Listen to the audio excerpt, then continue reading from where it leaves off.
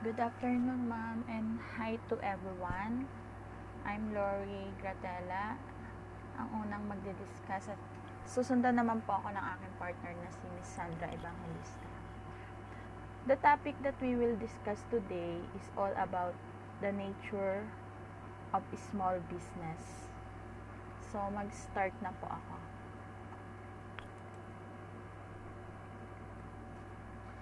Business size is one of the factors that does not prevent one from engaging in entrepreneurship. Ang ibig sabihin, ang business size o laki ng isang business ay hindi magiging hadlang o dahilan sa isang tao o negosyante kung nais man itong magnegosyo. Tingnan nyo yung nasa illustration. People and their financial capacity. Those with large amount of capital. Number of person daw is few. Then possible engagement in entrepreneurship is also few. People and their financial capacity, those with small amounts of capital, is large. Then possible engagement in entrepreneurship is also large.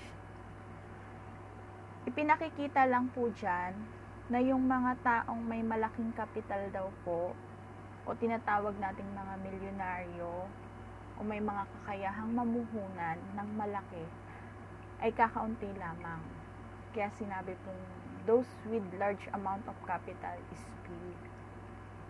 Then, samantalang yung mga taong may maliit daw po na puhunan na panimula sa isang negosyo ay marami daw po.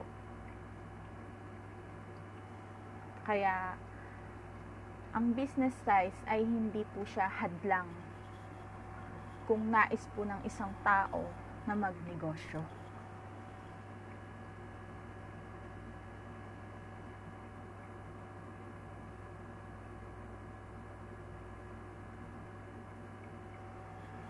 Next.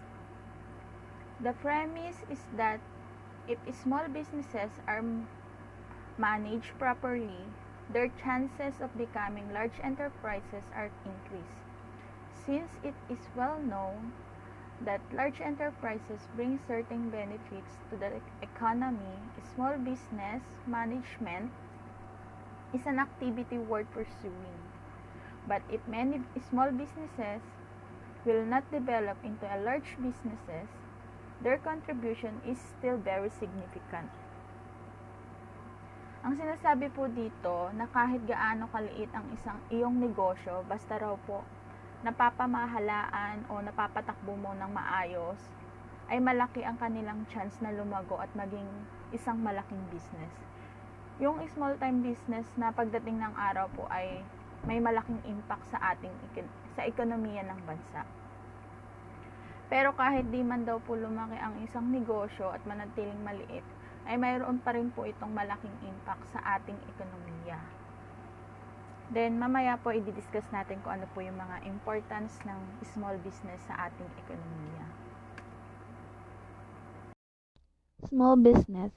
Small businesses are independently owned organizations that require less capital and less workforce and less or no machineries.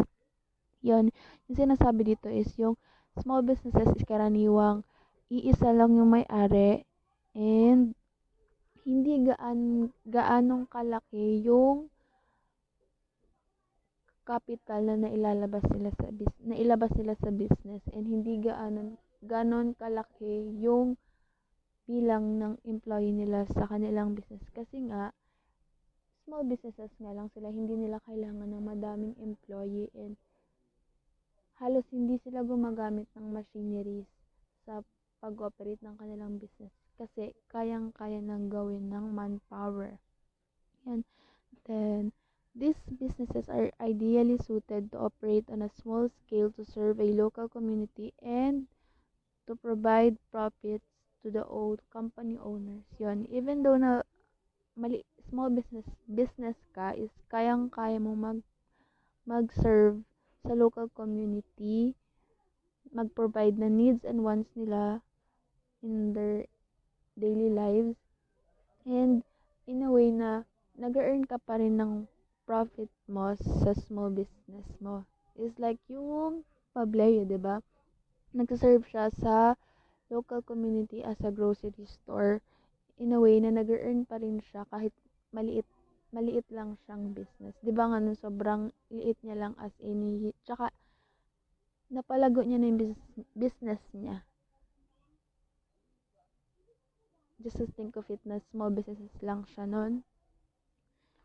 And then, small business gains a special position in the industrial structure because of their ability to utilize labor and create employment. And nga, even though na maliit ka, is meron ka pa rin natutulong sa industrial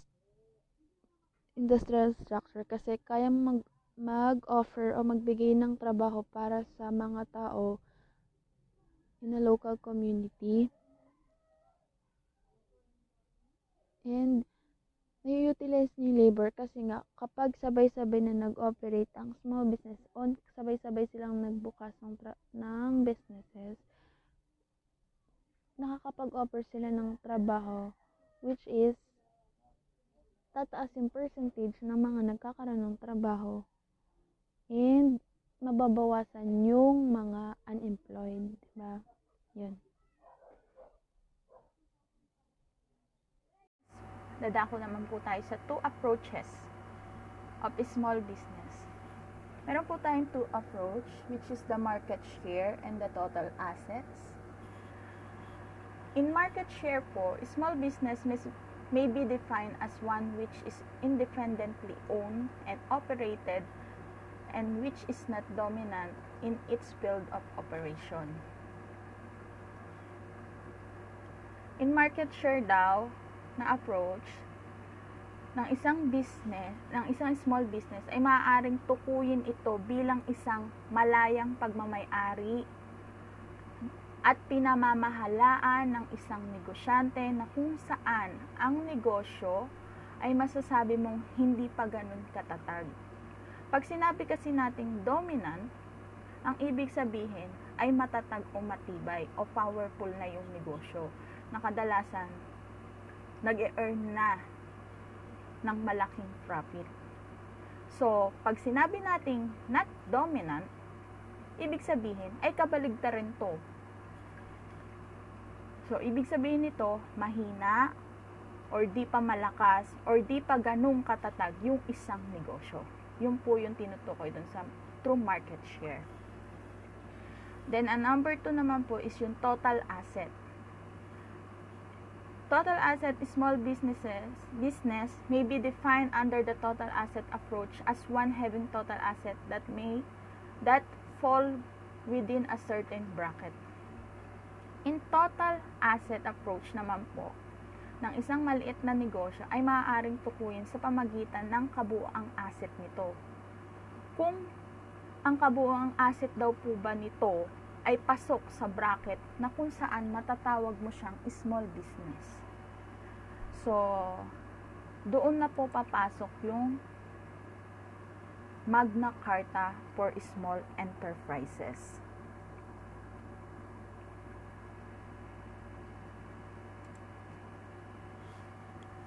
Magna Carta for Small Enterprises or RA 6977, the Magna Carta for Micro, Small, and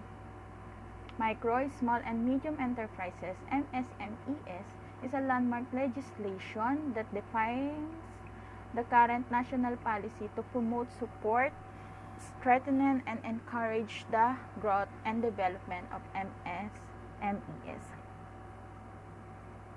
Ang sabi dito, ang Magna Carta for Small Enterprises o Republic Act 6977 ay isang palatandaan ng batas na tumutukoy sa kasalukuyang patakaran ng bansa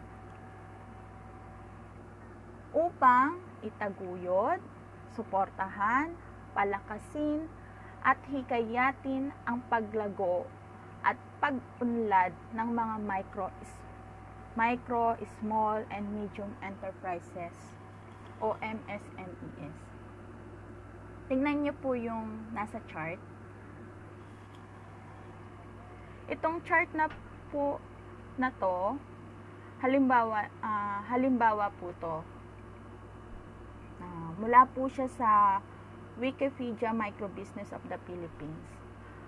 Ayon sa category ng micro business, kung ang employee mo daw ay siyam pababa at ang total asset mo ay 3 million pababa, ang tawag daw sa business mo ay micro business. At kung ang employee mo naman daw ay 10 hanggang 99 na employees at ang asset mo ay aabot ng 3 million to 15 million, pasok ka raw sa category na small business. Then, kung ang employee mo naman daw ay 100 to 199 employees at ang asset mo ay 15 to 100 million, pasok naman daw po ang business mo sa medium category. Then, kung 200 employees naman po and above ang number ng employees mo at 100 million and above ang total asset mo, so pasok po siya sa large category, large businesses. Then, how many small businesses are there in the Philippines? On the basis of the latest available statistical data provided by the Philippine Statistics Authority or PSA, list 2015, there are 900,914 establishments in the Philippines. On this, 99.5% or 896,839 are micro, small, and medium enterprises. And the remaining 0.5% or 4,075 is a large enterprises. So, dito po sa datos na to ay pinapakita lamang o pinatutunayan na mas marami talaga ang micro, small, and medium enterprises compared po sa mga large enterprises. So, sa yung business establishment, almost 99% po are micro, binubuo ng micro, medium, at small businesses.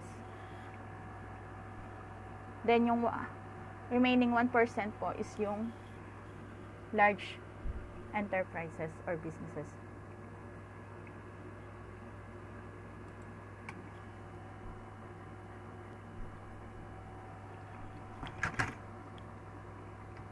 Kinds of business according to size. So, meron po tayong two types of business. The public enterprise and the private enterprise. Ang public enterprise po, ito po yung mga business organization na wholly or partly owned by the state and controlled through a public authority or by the government. Ang halimbawa po nito is yung the Philippine National Bank, the Land Bank of the Philippines. Yan po yung mga example nun. Then, the next one po is yung private enterprise. Ito yung naman po yung mga business under private ownership. Ang example po nito is yung Globe Telecom.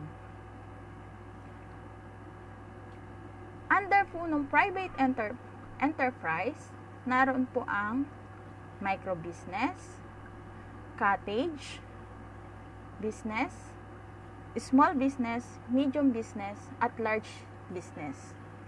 So, sa micro business na-discuss naman na po kung paano malalaman na pasok siya sa category ng micro business. Ang example po nito ay na mga business na to ay yung photography, house cleaning, event planning, street vendors, carpenters. Kasi kadalasan po yung mga ganong business is all 9 pababa po yung mga employees nito. Then, sa cottage business naman po, cottage business, ito po yung mga type of business that you can easily operate from home or a part-time or full-time basis. This type of business usually requires po ng very minimal or no capital at all.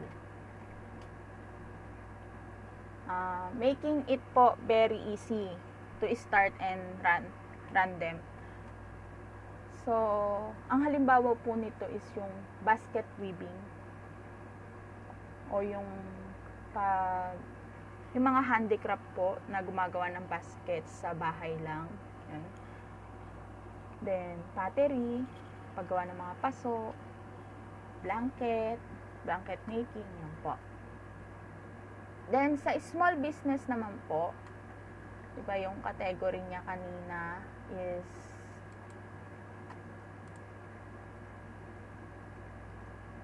$10 to 99 employees. Then, 3 million to 15 million ang asset. Ang halimbawa po ng mga business na to ay yung dental clinic, local bakery, yan. Then yung restaurant, locally based restaurant. Then sa medium business naman po, ang halimbawa niya mga yan ay yung manufacturers, wholesalers, tsaka engineering business. Engineering business, ito po yung mga construction business. Then, sa large businesses po, ang halimbawa na po nito is yung Apple, Google, Microsoft Corporation, IBM Corporation, yan po, yung malalaking business na Toyota Motor Corporation, LG Electronics, yan po. Then, difference between small, medium, large businesses. Pagkakaiba-iba ng kung ano, isa-isahin po natin yung pagkakaiba-iba nila. Sa small business po, equity held by founder or family. Then sa medium business naman po, mostly private held family. Then minsan po may yung public na. So, sa large business po, mostly public investor na raw po yung nag-held ng ownership. Held ng equity. Then yung small business daw po, ang owner daw po ang nagmamanage. Sa medium businesses naman daw po, owners, tas may kasama po siyang mga professional key roles na nagmamanage. Then sa large businesses po, professional po yung mga nagmamanage ng business. Then next, in decision making naman daw po, sa small business, ang mas nagdidesisyon is yung owner. Ang nagdidesisyon po is yung owner. Then sa medium business naman po, yung owner, tas may mga kasama siyang key leaders o minsan po is yung mga business partner niya. So hindi lang yung owners ang magdidesisyon. May partner siya, dalawa sila. Or pwedeng either isa sa kanila, ganun po. Single or dual. Then, sa large business po, ang nagdidesisyon na po is yung buong organization. Or yung, minsan po kadalasan ang tawag nila dito is mga board members. Then next,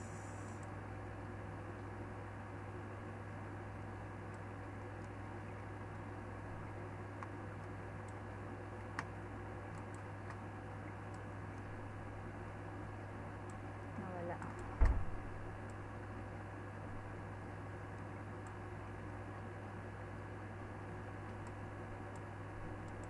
Yan. Sa pagpaplano naman daw po, sa small business po is maigsi lang po ang then sa medium business po, medyo mahaba-habang pagpaplano. Then, pag magpaplano po sila, magkatuwang po yung owner at saka yung mga professional.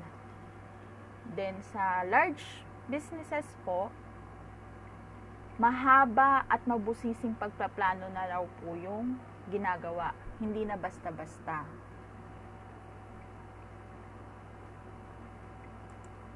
Next.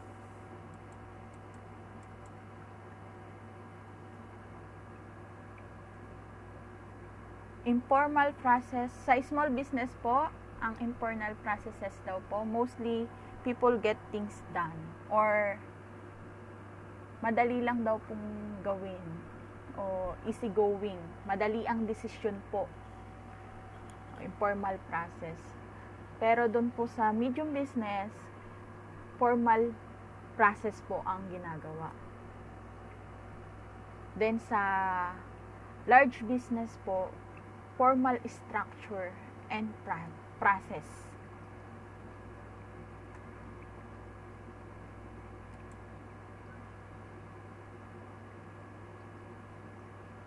Then next, sa capital naman po ng small business, most capital needs meet by leveraging personal network or karamihan sa mga pangangailangan sa kapital ay natutugunan sa pamagitan ng paggamit ng personal network lang po. Pero sa medium business po, limited source of capital. Limitado po yung mapagkukunan ng capital. Then yung iba po, mahirap ang i-access. Sa large po, malawak po yung mapagkukunan ng pondo. Kasi syempre po may mga investor na yan.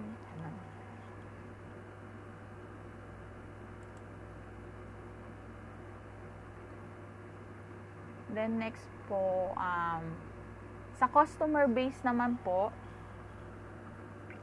sa small business, yung customer base daw nila is generally local market. Then sa small business naman po, ay sa medium business rather, limited daw po yung customer base sa geographical or industry niche. Ibig sabihin po nito, ito yung mga business na specialized, mayroon silang specialized talaga. Or nakapokus lang po sila sa area kung saan magbo-broad yung market ng business nila. Yung nakakapag-serve sila ng kakaiba para sa competition dun sa business. Example po nito sa market is yung mga business na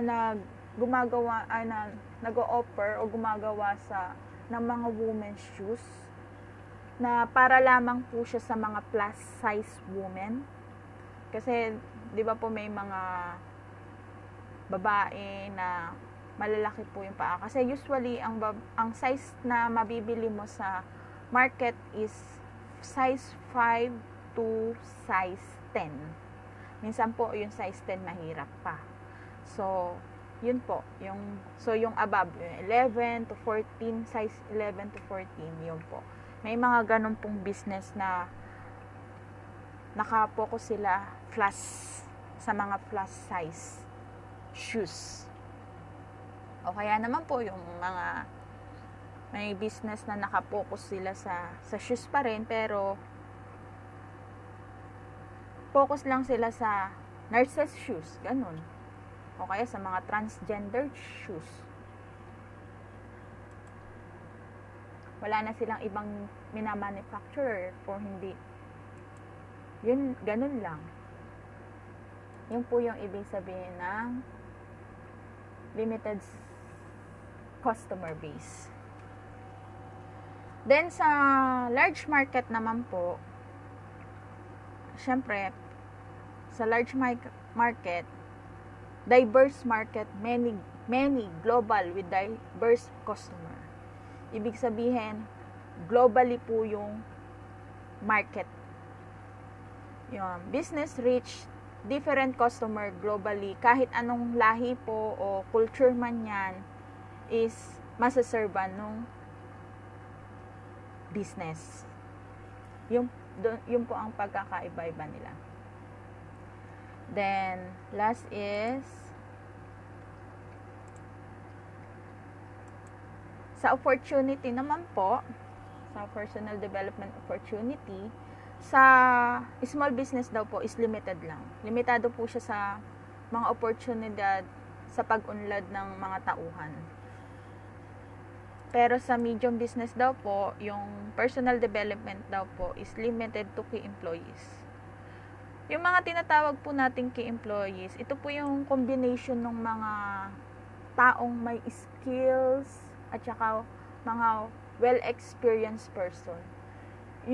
Sila po yung mga mahirap i-replace na mga empleyado. Halimbawa po yung mga consultant, advisor, yung mga trustees, officers, yun po yung mga key employees. So, sa medium business po, yung personal development is limited po dun sa mga employees na ganun. Then, sa large business naman po, nasabi is multiple career development paths and programs. So, maraming opportunity po. Opportunities at saka program, training dun sa large businesses. Minsan yung training po is mga out of the country pa po. Objective of small business industry. Small-scale sector can stimulate economic activity and is entrusted with the responsibility of realizing the following objectives.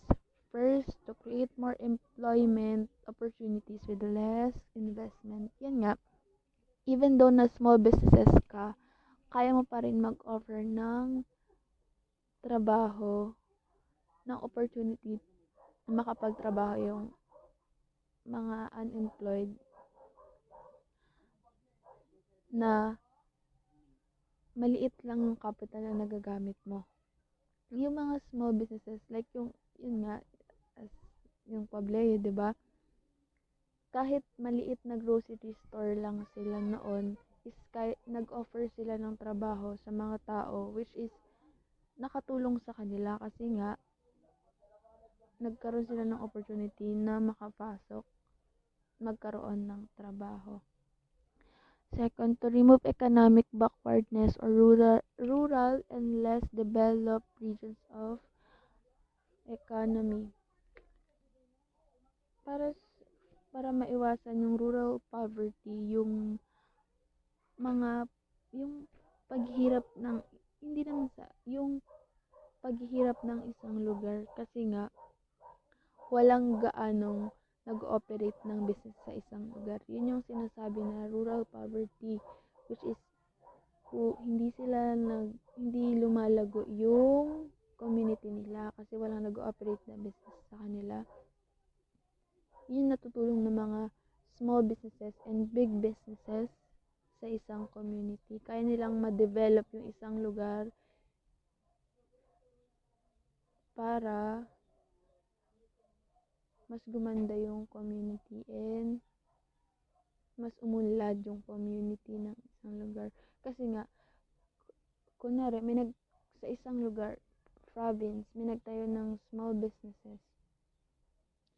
kapag may nagtayo ng small businesses dyan at nalaman nilang nag-boom yung small businesses, unti-unti nang nag unti-unti nang uusbong yung mga ibang businesses dyan kasi nalaman na nga nilang nag-success or nag-click yung nagtayo ng small businesses sa kanila in a way na nakakatulong sa isang lugar para ma-develop yung kanilang lugar. Kasi marami na nag-ooperate na business sa kanila. Yun.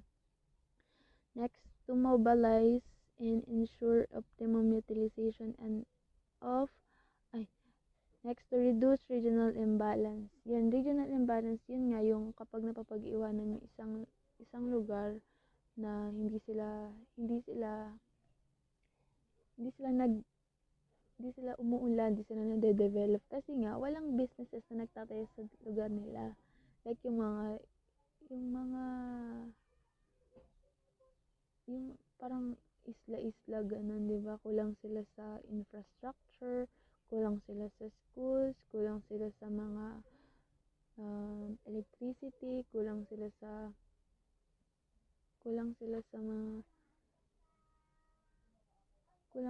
mga facilities kasi nga walang gaano nag-ooperate na business sa kanila. Minsan kasi sa isang lugar ang business ang nagsisimula to improve their community. Diba? Next, to mobilize and ensure optimum utilization of unexploited resources of the country. Yon, para matiyak na sakto lang o tama lang yung paggamit ng resources natin. Kasi nga 'di ba, small business lang siya, which means hindi ganon kalaki yung nagagamit niya sa resources na nakukuha niya. Kasi 'di ba kapag big businesses ka na o malalaking company na yan, syempre malaki o madaming resources na yung nagagamit niyan, which is nagkukos siya minsan ng scarcity kasi nasosobrahan yung paggamit ng resources. Take note, hindi panghabang buhay andyan yung mga resources natin. Kaya kailangan nating gamitin to ng tama, yung hindi ka susobra sa paggamit. Yan. Next, to improve standard of living of people. Yun nga yung sinasabi ko kanina, di ba? Minsan sa isang lugar, ang business ang nag-i-introduce o tumutulong para umunlad yung kanilang community. Kasi nga, ang businesses yung nagpapakilala sa kanila ng mga gamit o ng mga paraan kung paano sila mamumuhay ng mas madali o mas maginhawa sa pang-araw-araw nila. Like yung sa computer shop, 'di ba dati halos walang nag-ooperate ng computer shop sa isang lugar. Ang unang-unang nag-operate ng computer shop dito sa Subic is yung desktop. Yun, yung panahon ko kasi, yung mga taon ko kasi nun, which is sobrang nakatulong sa akin yung mga desktop. Kasi kaming mga hindi kayang mag-afford ng mga wifi, ganyan, is makakatulong sa amin yun kasi nga magkukos lang siya ng around 15 pesos per hour. Yun. Which is, nakakatulong sa akin kasi hindi ako gagastos ng malaki para gawin yung mga dapat kong gawin na kailangan ko ng internet connection. Yun. Next, to ensure equitable distribution of income and wealth. Dito sinasabi dito yung para mabalance yung ng income and wealth sa isang lugar compare sa ibang community. Kasi nga, minsan, na pag-iiwanan yung isang lugar kasi nga walang nag-ooperate ng business sa kanila, and hindi sila hindi sila nagkakaroon ng income kasi nga walang nag-o-offer ng trabaho sa kanila, and hindi sila kailangan pa nilang pumunta sa ibang lugar to operate para magkaroon sila ng sarili nilang income. And nakakatulong din yung small businesses para yun lumago nga o tsaka umunlad yung isang lugar. Next, to solve unemployment problem, to attain self-reliance. Dito sinasabi dito, yun yung isa sa mga factor ng mga small business na kaya nga nilang mag-offer ng trabaho. Parang paulit-ulit na kasi sinasabi na kaya nila mag-offer ng trabaho sa mga tao, and minsan yung small businesses is yung isang paraan para mag-gain mo yung self-reliance, which is yung gusto mong ikaw yung nagde-decision, ikaw yung gumagawa ng plano, yung gusto mong hindi ka inuutusan, gusto mong ikaw yung mismong gumagawa ng mga plano mo. Yan. Then, next, to adopt latest technology, aim at producing better quality products at lower cost. Yan. Yung mga small businesses kasi minsan is kapag nag-ano na sila, yung kapag umuusbong na yung businesses nila is nakikilala na nila yung technology, which is sobrang nakakatulong sa kanila to produce or to operate their business, and para makapagbigay ng mas magandang kalidad na products na hindi sila gagastos ng malaki kasi may technology na silang nagagamit. The next, nature of small business. The nature of small businesses can be classified as follows. Number 1 po is yung shoestring budget. A sole proprietor or a small group of people operate small businesses. These businesses often run on shoestring budget, meaning that small businesses function on a very tight budget. So, ito po yung mga businesses na kadalasan nag-ooperate na maliit lang yung budget o yung puhunan. O limited lang po yung mga finances nila. Kaya minsan po pinaiikot lang yung mga puhunan. The next is labor intensive. Small businesses are mostly labor intensive. The primary nature of small businesses is more involvement of physical work rather than intellectual work. The lack of machinery makes the employees manage their operations manually. So, ito po yung mga small businesses na may involvement ng physical work. Ang magandang example po nito is yung agriculture. So, dito po sa bansa natin, ang agriculture po ay isa sa businesses na may malaking involvement ng physical work. So, sa ibang bansa po like Japan, hindi na po ganun kahirap magsaka kasi marami po silang mga machine. So, pero dito sa Pilipinas, may mga ilang machine pero hindi pa rin po ganun kalaganap. So, mas involved pa rin po sa physical work kasi mano-mano pa rin pong ginagawa ng ating magsasaka yung trabaho nila. So, next is the community base. Small businesses are started with the motive of satisfying the needs and demands of a local area or community. So, dito sa mga small businesses na community-based, ang example po nito is yung mga grocery stores or mga botika, medical clinics. Sila po yung mga small businesses na nagsasatisfy dun sa needs and demands po nung local area. So, kailangan po sila.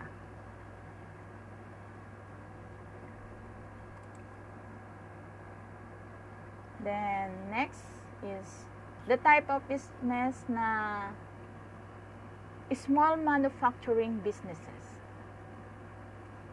involved in the conversion of raw materials into product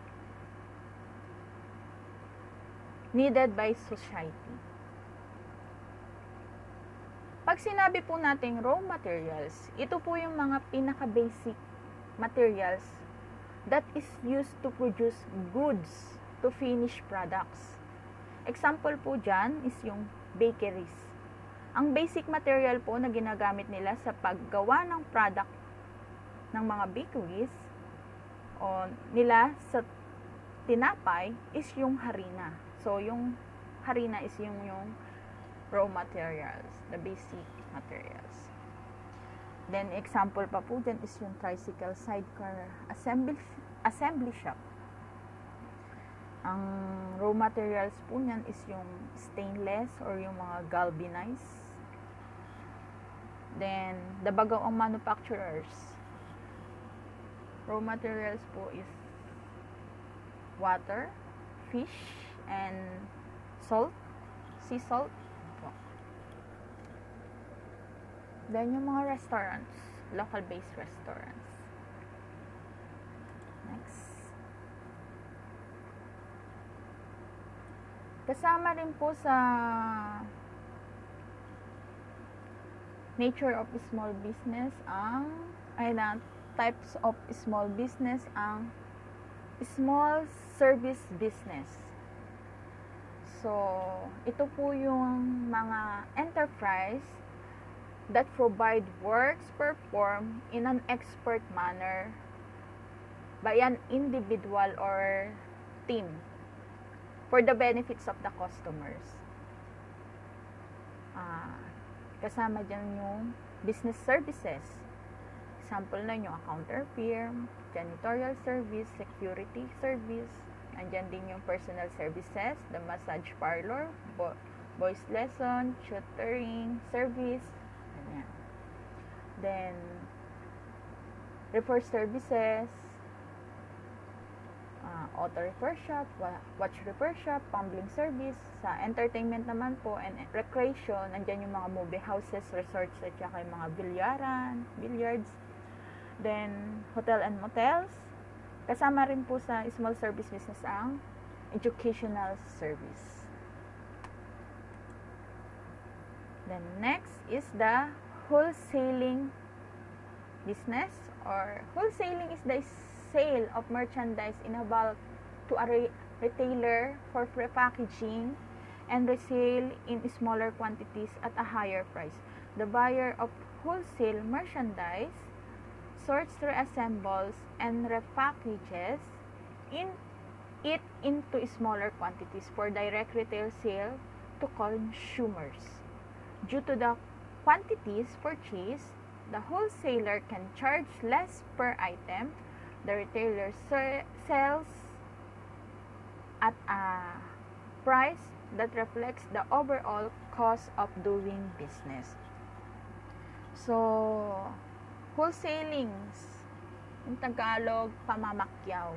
Ito po yung mga nagbebenta ng merchandise o kalakal ng maramihan o bultuhan sa mga retailer o yung mga tagatingi, then para po i-repack sa mas maliit na dami, saka po nila ibebenta sa mga mas mataas na presyo. So, mas kumikita po yung mga retailer sa ganon. Halimbawa po sa bigasang business, yun. Pag wholesaling po, syempre po, per sack po ang bentahan, no? Minsan per truck pa. Then, example, ang benta mo sa bigas as wholesaler is 1,000 per 25 kilograms or yung isang sako po. At pag may bumili pa po sa iyo ng 10 kaban pataas, ay mas mababa pa po yung presyong binibigay nung wholesaling business. Minsan po, yung 1,000 bababaan pa niya yun ng 950 for 25 kilograms na lang. Then si retailer naman po, ang ginagawa niya is yung na namili sa'yo ng 10 sacks is ang binebenta po niya na yun ng per kilo. So, kung ibebenta mo niya ng 45 pesos per kilo, syempre kikita siya ng magiging 1,150 po yun. So, kita po siya. Yun po yung wholesaling business. The next, the retailing business. Called all activities involved in the sale of goods and services to the final consumer. So, example po nito, yung na nagtitingi, yung mga department store po or supermarket. Sila po yung mga may involvement sa pagbebenta ng goods and services to the final consumers. Retailing. The next po is yung general construction firm. Ito po yung mga engage in construction of buildings, whether for private individuals or firm or for the government. Many of them perform subcontracting jobs for the bigger contractors such as installing electrical facilities and sewerage. So, ang example po nito is yung mga small renovation contractors o yung mga real estate developers or yung mga business po na kailangan ng mga architects at engineers. So, pasok po yun sa general construction firms. Yan, characteristics of small business. First, flexible. Striking out to put together a small business takes time, energy, and knowledge, or at least a willingness to learn. During the process of getting a business off the ground and even after, problems and issues tend to appear. Small businesses owners are flexible in handling these obstacles and finding work around as needed. They don't allow setbacks to stop them from their meeting goals. Yan, yung flexible, yung dapat kapag may small business ka is flexible ka. Yung sinasabi dito is yung hindi mo kaagad sinusukuan yung risk na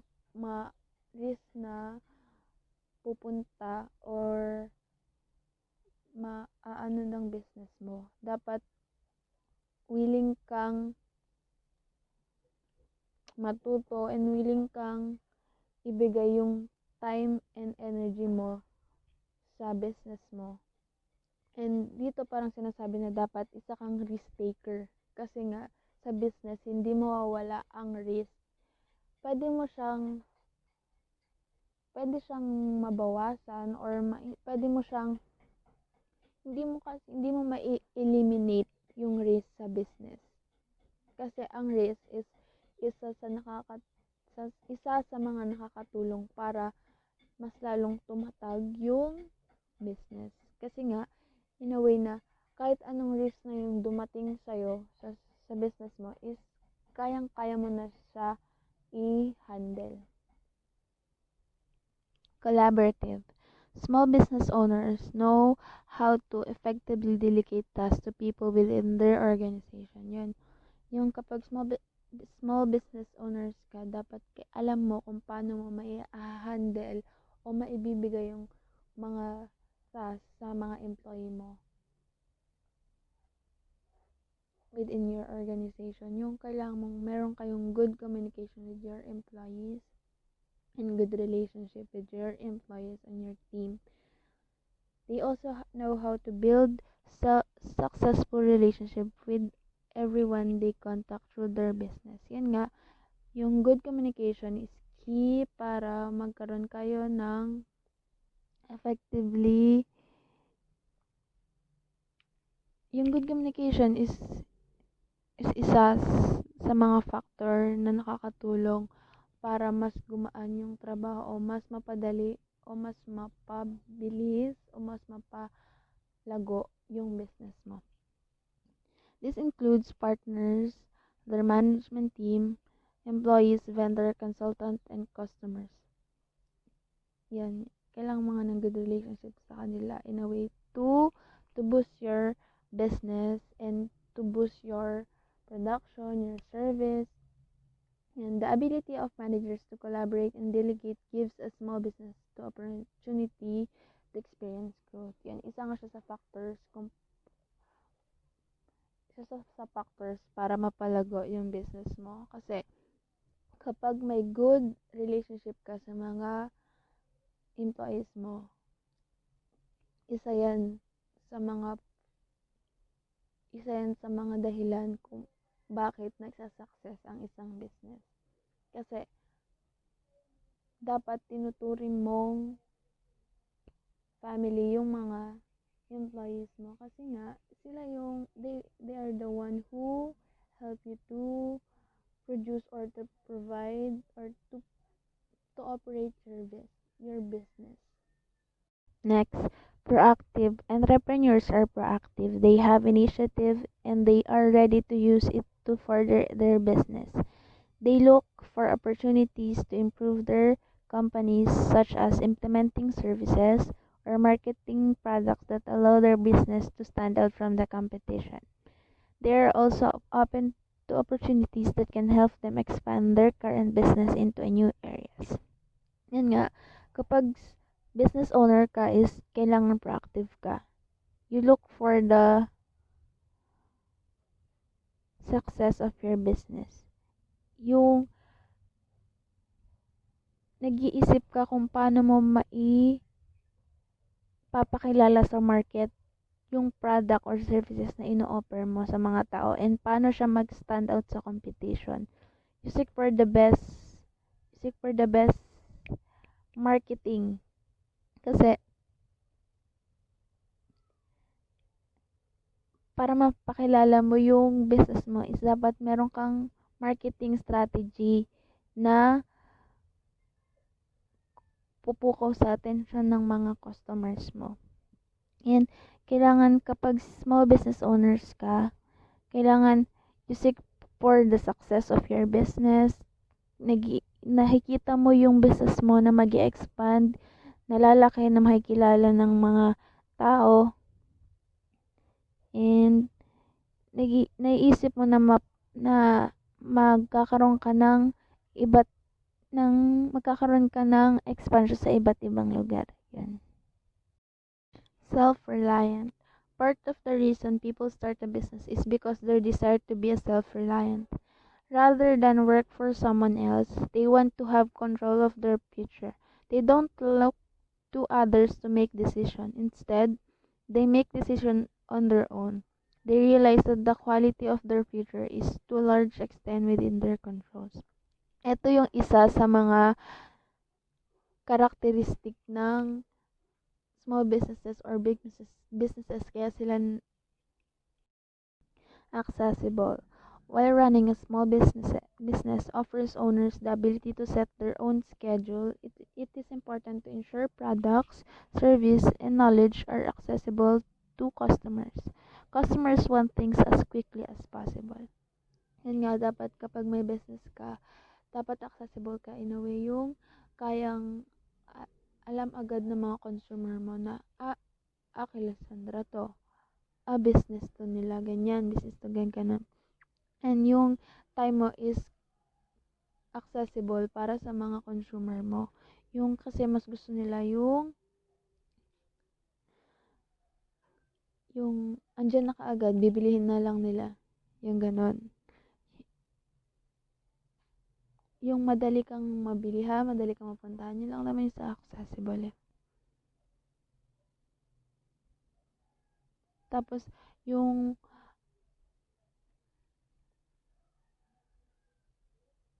kayang-kayang puntahan, tsaka kayang-kayang malaman ng mga consumer mo kung paano ma-access yung business mo.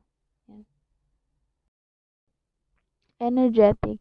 With all of the responsibility of running a small business, owner must have a high level of energy. Typically, the hours are longer and the responsibility are greater as an entrepreneur when compared to serving as an employee for someone else. Small business owners must be willing and able to give an extra effort at all times since it's their own money and reputation on the line. Yun nga, dapat kapag business owner ka is buong lakas and buong effort mo is ibibigay mo sa business mo. Kasi in the end of the day, sa'yo pa rin, ikaw pa rin naman ang benefit ng mga natatanggap ng business mo. Tsaka pangalan mo ang nakasalalay kasi ikaw yung may-ari. Ikaw yung reputation mo yun. Kasi ikaw yung nagpapatakbo ng business. So, dapat give all of your effort and time sa business mo. Kasi, yun nga, to operate this business is sobrang hirap. Kailangan mong ng patience. Kasi, hindi naman kapag nagtayo ka ng business, kinabukasan is mag-boom na siya. Kailangan mo ng energy to enable to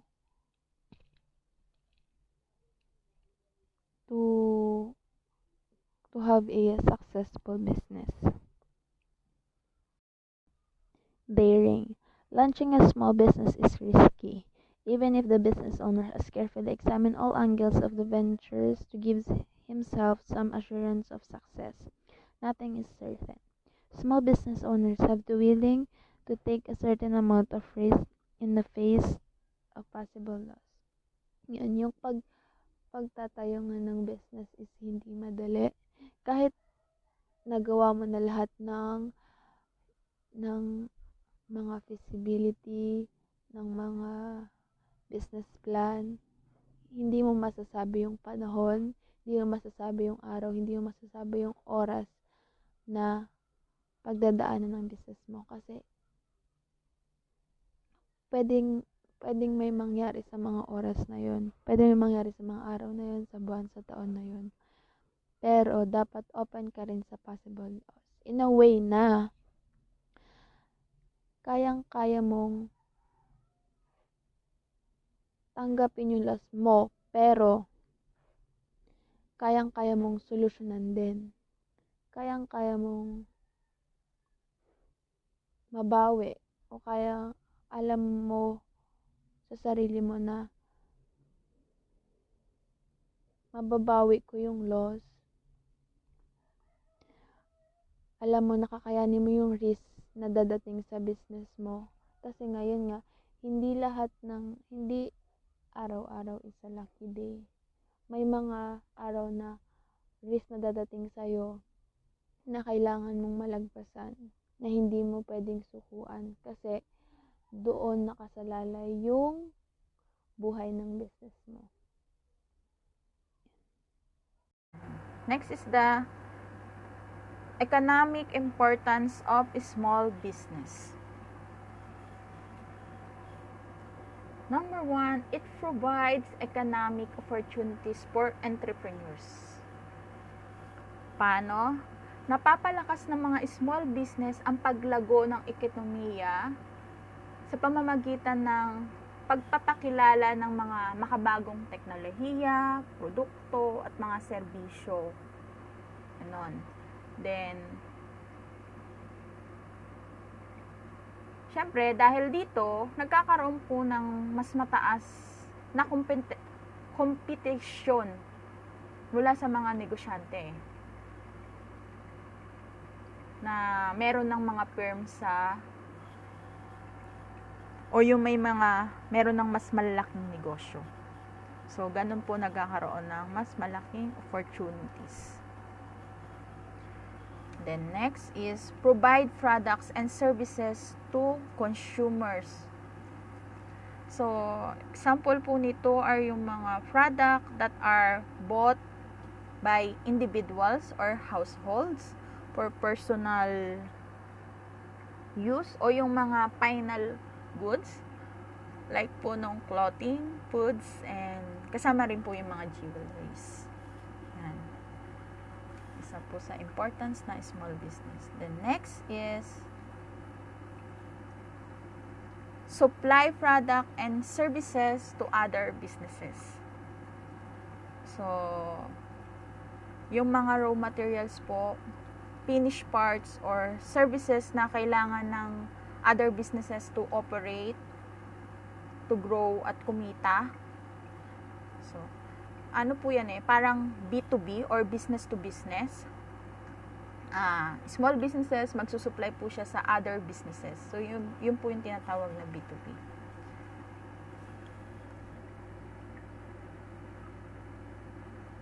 Susupply ng mga small businesses kung ano man yung mga raw materials, finished parts, or services na kailangan ng isa pang business para naman makapag-operate sila, para matapos nila yung produkto nila, maibenta nila, at kumita.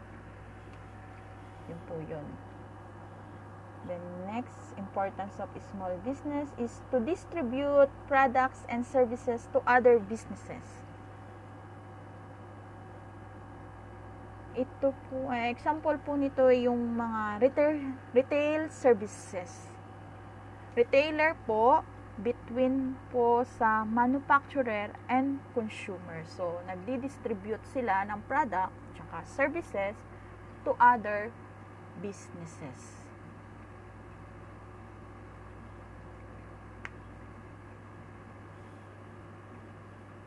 Then, next is yung support the government. So, pinakamagandang example nito is yung taxes. Higher earnings contribute to better national income is in the form of higher tax revenue. Then last is it provide employment. So, economic importance of small business, provide employment. So, syempre, new businesses need to hire employees. Of course, they create jobs po. Nag-i-increase ang employment dahil sa mga small businesses. So, this chart po, summary lang po to nung economic importance of small businesses na discuss ko a while ago. Yung small business, they provide economic opportunities for entrepreneurs. Then, it provides product and services to consumer. It provides support the government. And it provide employment. Then, it supplies and distribute product and services of other businesses. How to start a small business. Here are 10 steps that are required to start a small business successfully. Take one step at a time and you'll be on your way to successful small business ownership. Step 1. Do your research. Most likely you have already identified the business idea, so now it's time to balance it with a little reality. You will need to run your business idea through a validation process before you go any further. In order for a small business to be successful, it must be solve a problem, fulfill a need, or offer something the market wants. Yan nga, kapag gusto mo magtayo ng business, dapat may idea ka kung ano talaga yung gusto mong business na itayo. Ito yung tatanungin mo yung sarili mo na, ano yung gusto kong i-offer? Ano ba yung mga gusto kong gawin? ano ba yung gusto kong gawin in a way na matuturn ko siya sa business. Yun, dito mo na naiisip yung gusto mo na siya gawin into a reality. In a way na ipuputap mo siya as a business.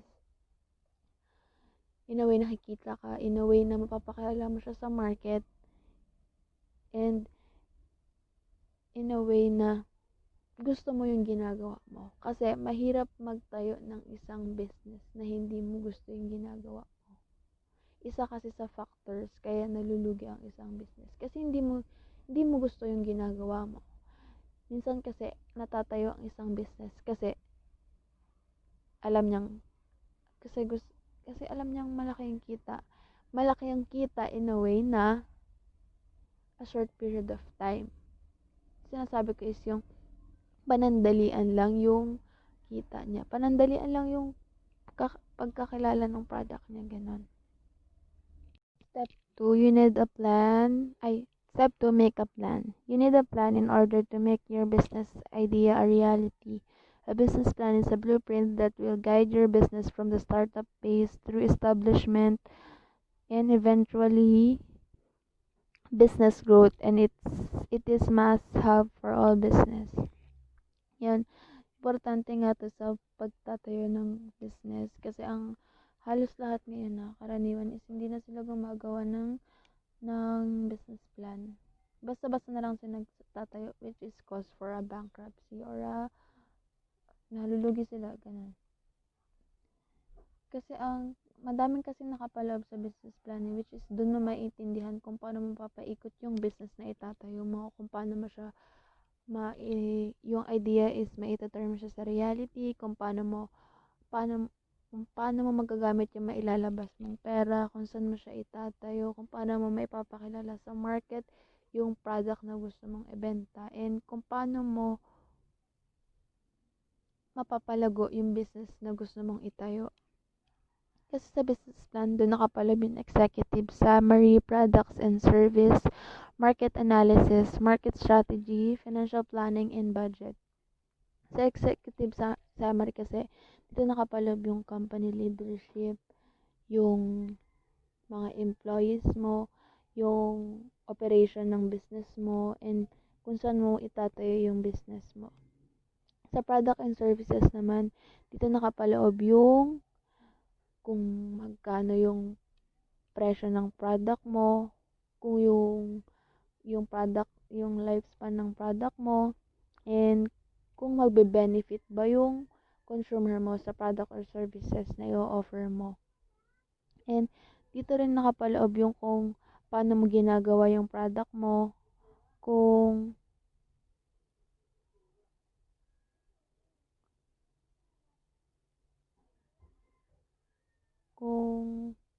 paano siya makikilala sa market.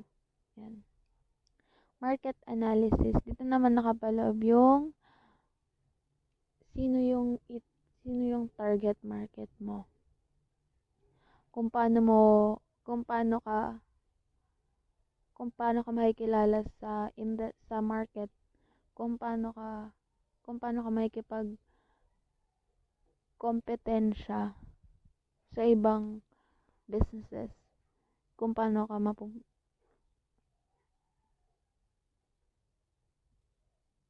and ito mo maano yung factors sa industry, and dapat alam mo yung strength and weaknesses ng product or service or ng business mo. And expect mo dito yung demand ng product mo or services sa market, and kung paano mo siya maibebenta sa merkado ng madali lang, and madali lang siyang ma-access, and madali lang siyang mabili, and kayang-kaya siyang mabili. Sa market strategy naman is ito yung kung paano mo siya i-advertise, kung paano mo siya magkakaroon ka ng marketing campaign, advertising, paano mo maipapakilala yung business mo, paano mo makilala yung product mo or services sa consumer mo in a way na magkakaroon sila ng interest to buy your product or services. Financial planning. Dito naman nakapaloob yung mga balance sheet, financial information, yung pag-establish mo ng business,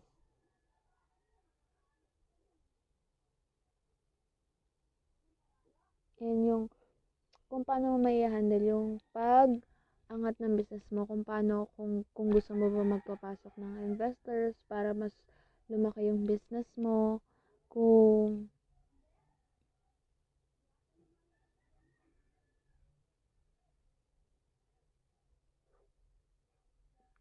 ano yung target and estimate for sa mga dadating na taon para sa business mo. And budget. And dito ito yung pinaka-importante kapag nagtayo ka ng business eh. Kasi hindi ka makakapag-put up na isang business kung wala kang budget or capital. Kasi dito papasok yung cost sa staffing, development ng product, yung manufacturing ko, sa paggawa mo ng product, sa pagmamarket mo ng product, and lahat ng expense ng businesses mo. Dito lahat papasok sa budget. Yan. Step 3, plan your finance. Starting a small business doesn't have to require a lot of money, but it will involve some initial investment as well as the ability to cover ongoing expense before you are turning to a profit. Yan. Sa pagtatayo ng business, kailangan mo muna maglabas ng pera in order for you to gain. Pero hindi naman porket naglabas ka ng pera is kinabukasan is magigain ka na agad. It takes time to gain profit. Yun nga. Kailangan mong planuhin yung paglabas mo ng pera. Kailangan mong tignan kung kikita ka ba o hindi. Hindi pwedeng labas ka lang. Hindi ka lang pwede basta-basta ka lang naglalabas ng pera. Dapat tinitignan mo o binabantayan mo kung nag-earn ka pa ba o naglulos ka na. Yan. Next, step 4. Choose a business structure. Your small business can be sole proprietorship, a partnership, a limited liability company, or a corporation. The business entity you choose will impact many factors from your business name to your liability to how you file your taxes. Yun nga, dito kailangang mamili kung ikaw lang yung gusto mong may-ari ng business mo o may ka-partner ka or limited liability company or corporation. Kasi doon nga papasok yung kung paano mo bibigyan ng pangalan yung business mo. Kung yung mga liabilities, kung paano mababayaran yung mga liabilities. And kung paano ka magbabayad ng tax. Kasi iba-iba ang pagbabayad ng tax when it comes to business. Yat, ang pagkakaalam ka kapag sole proprietor ka, kapag partnership ka, kapag corporation, iba yung bayad ng tax.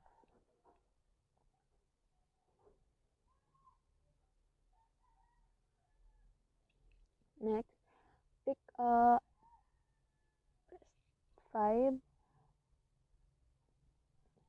Pick and register your business name. Make sure you think through all of the potential implications as you explore your option and choose your business name. Once you have chosen a name for a business, you will need to check if it is trademark or currently in use. Then you will need to register it. Sa pagpili ng pangalan ng business mo is yung dapat alam mong tatatak sa utak ng mga tao. Alam mong tatatak sa isip nila, ito maganda tong business na to. Kilala na tong business na to, ganyan. Kasi sa pangalan ng business mo, dun magsisimula lahat eh. Doon nakasalalay lahat kasi yung pangalan ng business mo, yun nakalagay sa mismong product mo. Yun nakalagay sa pagbibigay mo ng services. Kaya dapat alam mong tatatak sa utak ng tao yung business name na i-register mo.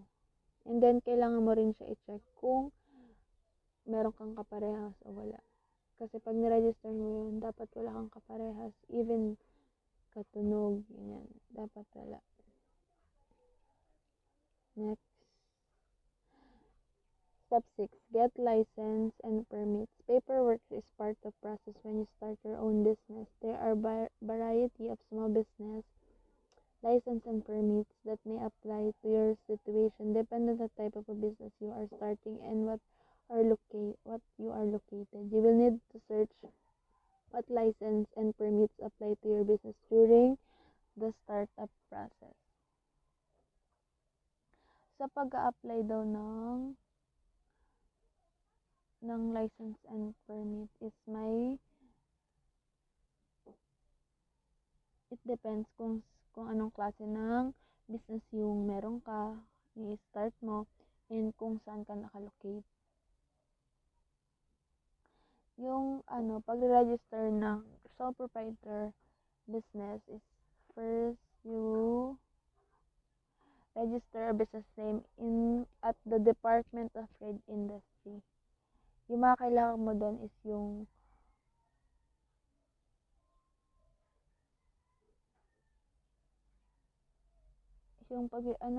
pag-register mo ng name mo. Kahit even though na sari-sari store ka, yung sa tita ko nga meron silang, ni-register nila yung sari-sari store nila sa DTI. Yan. Registration with barangay. Yun. Kailangan mo ng certificate of business registration from DTI, 2 valid IDs, proof of address as contract of lease, if rented, or certificate of land of title. Yun nga, if kung nagre-renta ka lang o sarili mo na yung lugar na pinagtatayuan ng business mo. Then, claim your barangay certificate of business registration. Next, register your business in the mayor's office. Kailangan isubmit ang certificate of business registration from DTI, barangay clearance certification, 2 valid IDs, proof of address such as contract or lease if rented, or certificate of land if owned. Yun din, parang parehas lang ng barangay pero meron lang dinagdag na barangay clearance. And then, step 4, register your business in the Bureau of Internal Revenue, which is yung BIR. Dito kasi, kung yung mga kita mo, dito nakalag.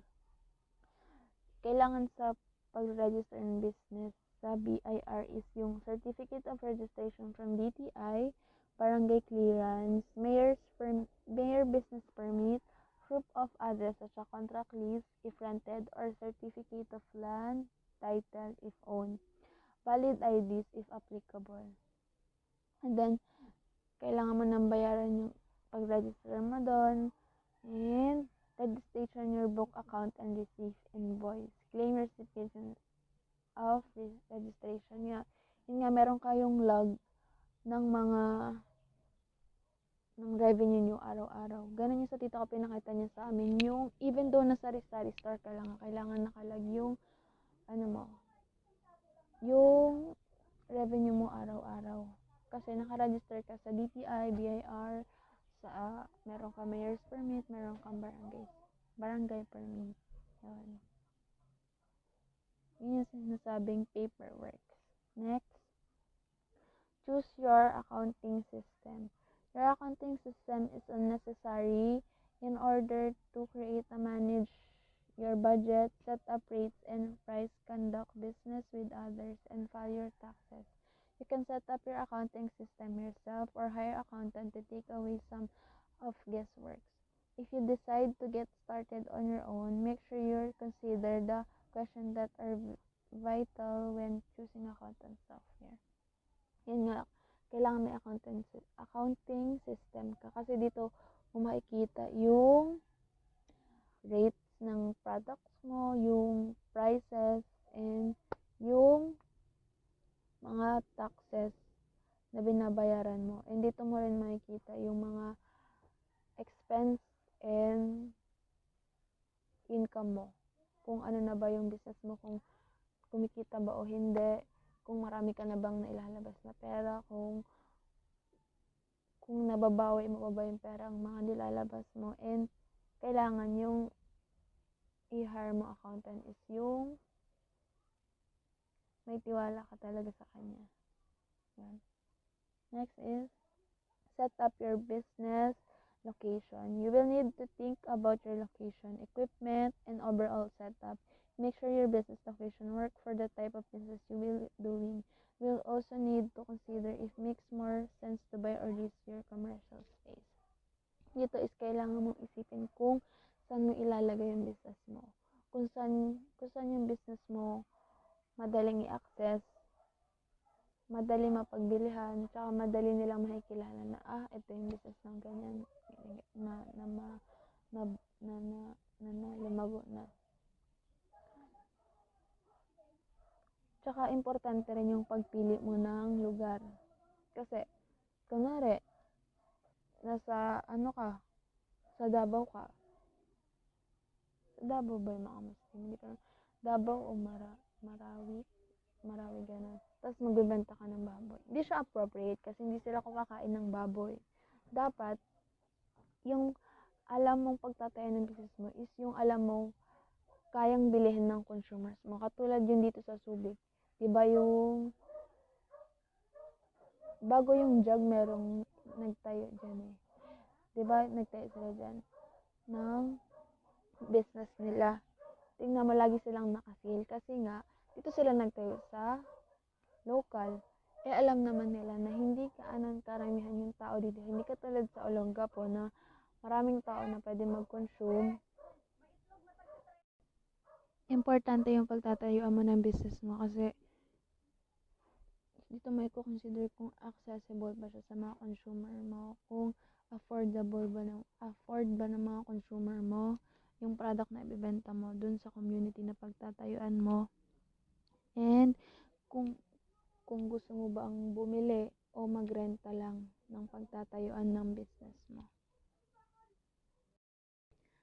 Step 9, get your team ready.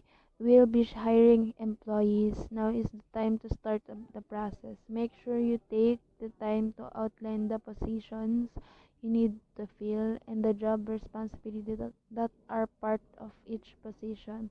The Small Business Administration has excellent guide to hiring your first employee that is useful for your new small business owners. Yan. Kailangan kapag nag-hire ka ng employees mo is alam mong makakatulong siya sa pag-ooperate ng business mo. Alam mong kailangan mo siya sa business mo. Alam mo makakatulong siya. Alam mong effective siya as your employee. Kasi dito makikita kung sino yung mga kasama mo sa pagpapalago ng business mo. Sa paggawa ng business mo. Step 10, promote your small business. When your business is up and running, you need to start attracting clients and customers. You want to start the basic by writing a unique selling proposition and creating a market plan. Then explore as many small business market ideas as possible so you can decide how to promote your business most effectively. Dito kung paano mo maipapakilala yung business mo, kung anong marketing strategy yung gagamitin mo para makilala yung business mo sa market, kung paano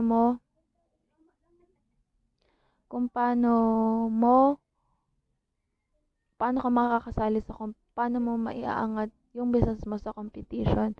Then through out the day, kailangan mo pa rin maghanap ng marketing strategy na suit sa business mo. Kasi ito nga yung paraan kung paano mo mapapakilala yung business mo sa market.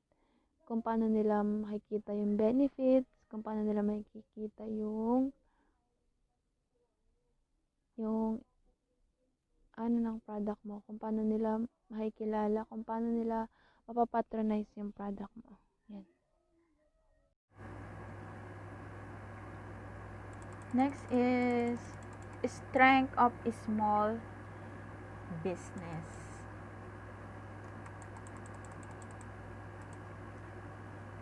So, number 1, strength of small business is personal touch. Customer will often pay a premium for personalized attention. In many companies where products and prices differences are minimal, the human factor emerges as a prime competitive advantage.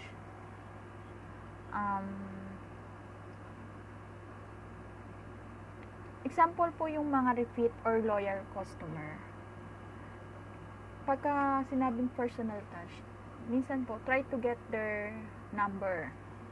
Yung mga small business owners po, kinukuha nila yung mga number ng mga loyal customers. Para pag po may mga promotion o yung mga pre-activities po, nanonotify mo po sila. O kaya naman po, bigyan mo po sila ng mga loyalty card, gano'n. Para sa next visit nila, may discount naman po sila. Yung ibang customer po kasi, mga pa-VIP po yung mga yan. So, pag owner po yung mga nakikipag-communicate sa kanila, feeling po nila important po talaga sila. So, isa po yun sa strength ng small business. Mayroon silang personal touch. Nagkakaroon sila ng pay attention sa mga customers. The next is the greater motivation. Key management of small business normally consists of the owners.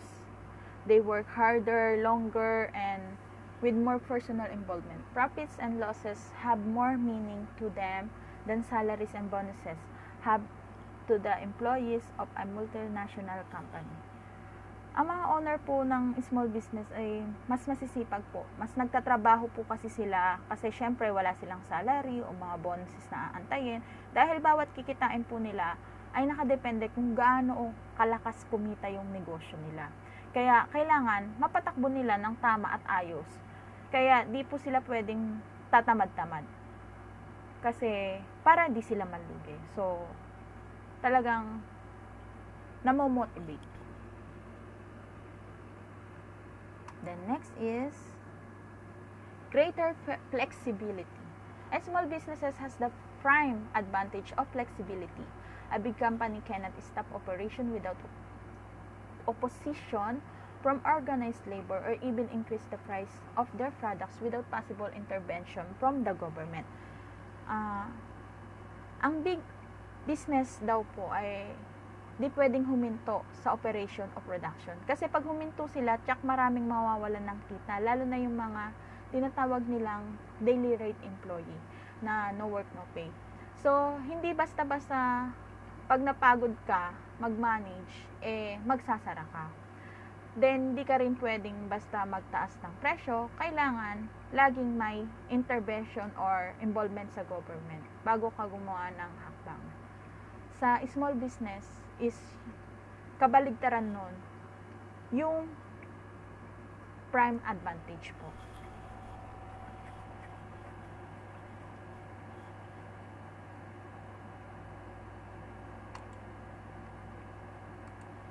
Next is less bureaucracy. In a small business daw po, the whole problem can be understood readily. A decision can be taken quickly and the results checked easily.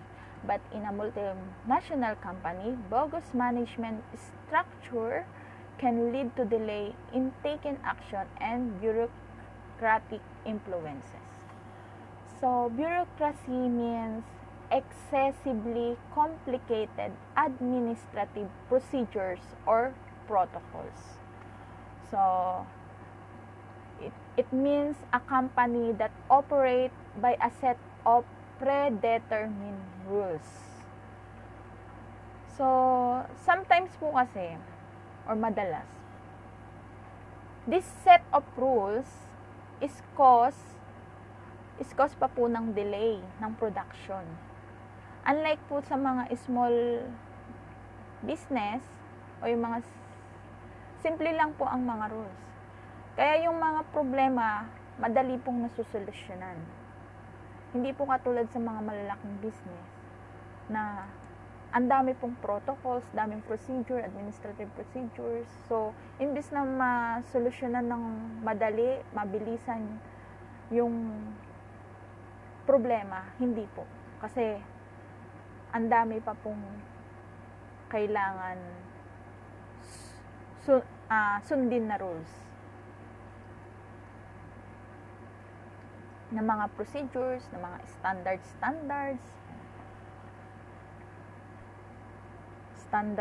procedures o SOP kung tawagan nila, Standard Operating Procedures. Then next is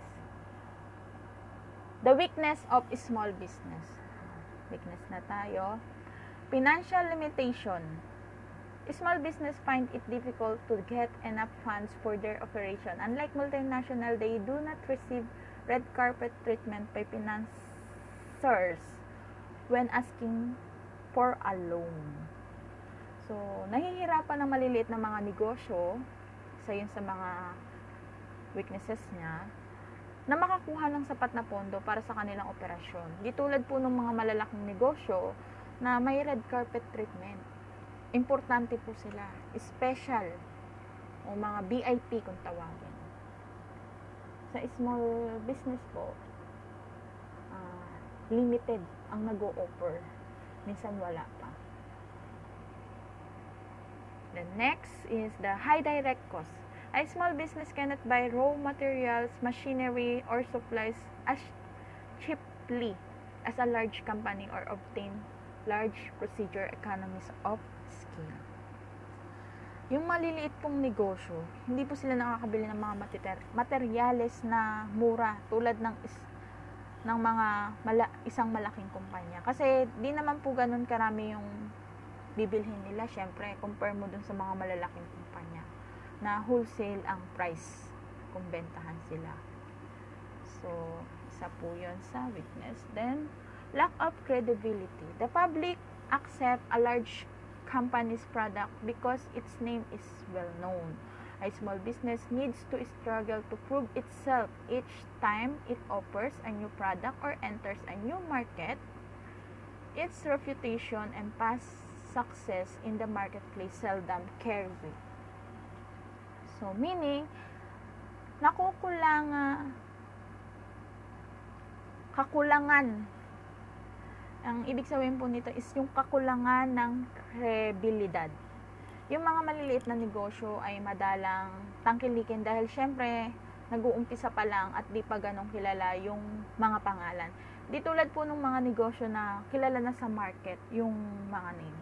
Tulad na lamang po nung mga nagsusulputang cafe o cafeteria. Example po, pag may nagyaya sa'yo ng bagong bukas na cafe, minsan duda ka kung masarap ba doon yung ganong frap o sulit ba yung ibabayad mo. Kaya parang nagdadalawang isip ka kung bibili ka ba o pupunta ka, sasama ka, ganun. Pero pagka sa Starbucks kaniyaya, malamang sama ka agad. Dahil pag sinabing Starbucks, kahit mag-selfie ka lang po dun sa background nun, yung sa logo ng Starbucks, feeling mo sulit na po yung binayad mo, makapag-post ka lang sa Instagram. Kasi kilala na po yun sa market. Yun po yung weakness ng lack of credibility. The next is wala na pala. Ayan. A small business operator keeps long working hours and absorb whatever damage that happened as a result of his faulty decision making. However, he is afforded to the following benefits. Yung mga may-ari ng maliliit na negosyo daw po ay nagtatrabaho ng mahabang oras sa pagtatrabaho. So, lahat po ng sobra ay syempre, hindi rin maganda. Kadalasan, ang pagiging workaholic, nagkukos pa po ito ng mga maling gawa o desisyon. So, ang next po natin is yung advantage at saka disadvantage ng pag-ooperate ng small businesses. Unahin po natin yung advantages of operating a small business. Opportunity to gain control over his own destiny. The prospective small business owner can choose from several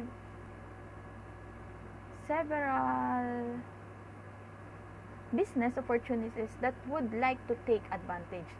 So, pagkakataon ng isang negosyante na siya ang mag-control sa sarili niyang kapalaran. Siyempre, yung mga may-ari ng maliliit na negosyo ay maraming choices. Pwedeng maging choices na pwedeng gawing business compare po sa malalaking business. Then, next is opportunity to teach his full potential. His freedom to act is limited only by his potential and he can revise or amend his target within short notice. Pagkakataon upang maabot ang buong potential of future development ng isang negosyante. Kasi ang bawat kilos o desisyon o pagbabago ng desisyon ay pwedeng gawin agad-agaran. No need ng magpa-wait pa. Kasi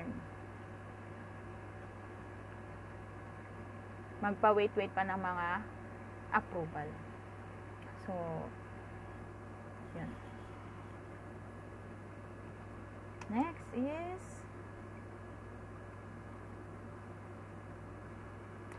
disadvantage.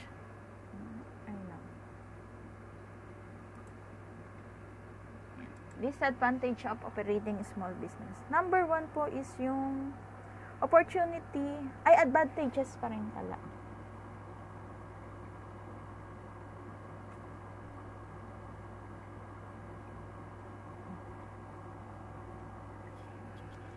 Advantages of operating a small business. Operating to reap unlimited profits. If a small business succeed, all profits, big or small, accrue to the owner. Pagkakataon na umani ng walang limitasyon na kita. Kung magtagumpay ang maliit na negosyo, lahat ng kita, malaki o maliit man, syempre, tiyak mapupunta yun sa may-ari. Yun po yung opportunity to reap unlimited profits. Then, next is the opportunity to make a contribution to society and receive recognition for his effort. Entrepreneur who make innovative products available to the public are recognized properly by society. Pagkakataon na mabigyan ng isang kontribusyon sa lipunan at makatanggap ng mga pagkilala para sa kanyang mga pagsisikap. So, yung mga small businesses po, may mga awarding ceremony rin. Ang mga negosyante na gumagawa ng mga makabagong produkto na magagamit sa publiko ay kinikilala po ng maayos yan ng ating lipunan through award appreciation. Example po nito is yung APEA, APEA, or the Asia Pacific Enterprise Award. So, taon-taon po yung ginaganap. Ito po yung Regional Edition Award Recognition Program. Recognize entrepreneurial and organizational excellence. Then, meron pa po yung Agora Awards. Ito po yung isa sa mga kinukonsider na highest marketing distinction in the Philippines. The Philippine Marketing Association established the awards to shine a spotlight on Filipino marketing excellence. Yan po, Agora Award siya APEA. Isa lang, mga example lang po yan ng mga award appreciation na pwedeng matanggap ng mga small businesses owner. The next discuss natin is yung disadvantage of operating a small business. Unang-una po dyan is yung uncertainty of income. Kawalang katiyakan po ng kita. Syempre, maliit ang business at di po kilala masyado yung store or yung brand o yung product. Kaya di pa po sure kung magkano ba yung pwede mong kitain. So, walang stable na kita. May panahon po na malakas, syempre, may mga panahon din pong maliit ang kita. So, yun po yun. The next is risk of losing your entire capital investment. Panganib na mawala ang iyong buong pamumuhunan sa kapital o yung pagkalugi po. Next is yung lower quality of life until the business get established. Mas mababang kalidad ng buhay. O pagtitipid, cost cutting. Hanggat hindi pa po matatag ang negosyo, cost cutting muna, tipid-tipid muna. The next is complete responsibility. So, isa po to sa disadvantage, syempre. Pagka sarili mo ang negosyo, responsibilidad mo lahat. From management to operation. The next is paperwork and other chores. Like, yun, parang katulad nung kanina. Like from operation, marketing, even yung mga paperwork is responsibility nung nagmamanage na owner. The next is having to serve undesirable customer. Ito po yung isa sa mga struggle ng mga small business owners. Yung mga pagkakaroon po ng mga always right na customer. Bilang owner po kasi ay responsible ka din na pakiharapan mo sila kung may mga situation na kailangan ka. Unlike sa mga big businesses po, meron silang mga naka-front na customer assistant. Masasagot para dun sa mga reklamo ng customer. So sa mga small businesses owner, minsan, since maliit pa yung business, kadalasan po, ang humaharap dun is yung owner mismo. So next is, the last is the long hour and demanding work condition. So since ikaw yung owner ng business, so walang bayad yung overtime mo. Ikaw ang tututok sa negosyo mo mula opening hanggang sa closing. Ganong katindi po yung sakripisyo. Kaya yung ibang business owner, nalilimutan na po nila yung love life nila. Kasi syempre busy sila magpalago sa negosyo nila. Maaalala lang po nila yung love life nila pag stable na yung kita ng business nila. Then next is, last slides na po. Employment and small business operation compared o comparison ng employment kung magtatrabaho ka at mag-ooperate ng small business. Meron tayo dyan factor, small business operation versus employment. Number 1 factor natin is income. Sa small business po, hindi sigurado ang kita. Pero sa employment, sigurado po. Next factor is the capital investment. Sa small business po, risk po na pwedeng malugi ang capital or ang investment mo. Sa employment, syempre, non-required kasi wala namang ipapasok doon na capital. Next factor is the quality of life. Sa small business, mababa po yung tsansa. Lower until business get established. So, mababa ang magiging estado mo sa buhay, ang magiging pamamalakad mo sa buhay hanggat hindi pa establish ang business. Pero dun sa employment, consistent mo ang certain level niya.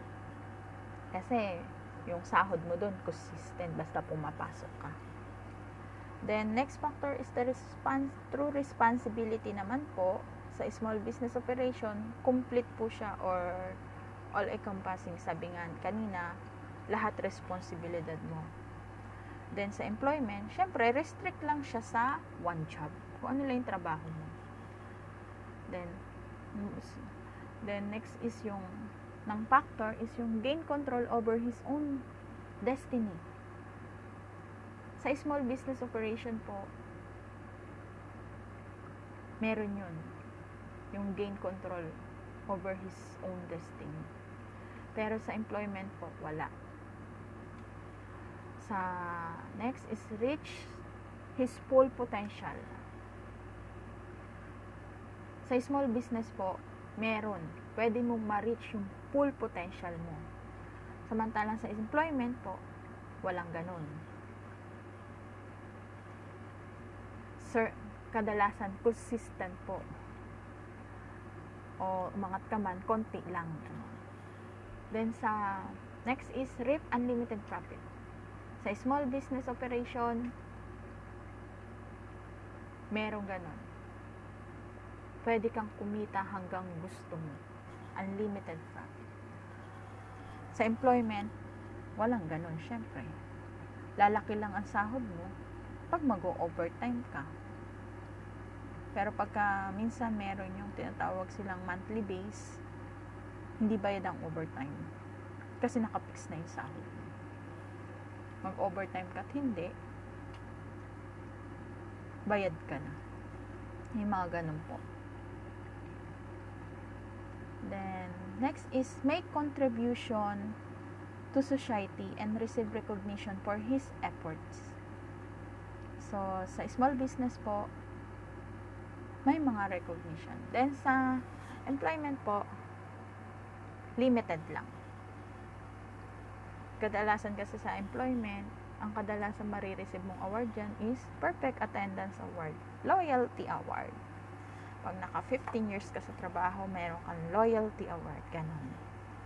Pag naka 1 year perfect attendance ka, na kahit inuubo, sinisipon, halos gapangin mo na, makuha mo lang yung award. Yan. Yun po yung pwede mo makuhang award sa true employment. The next is, thank you for listening.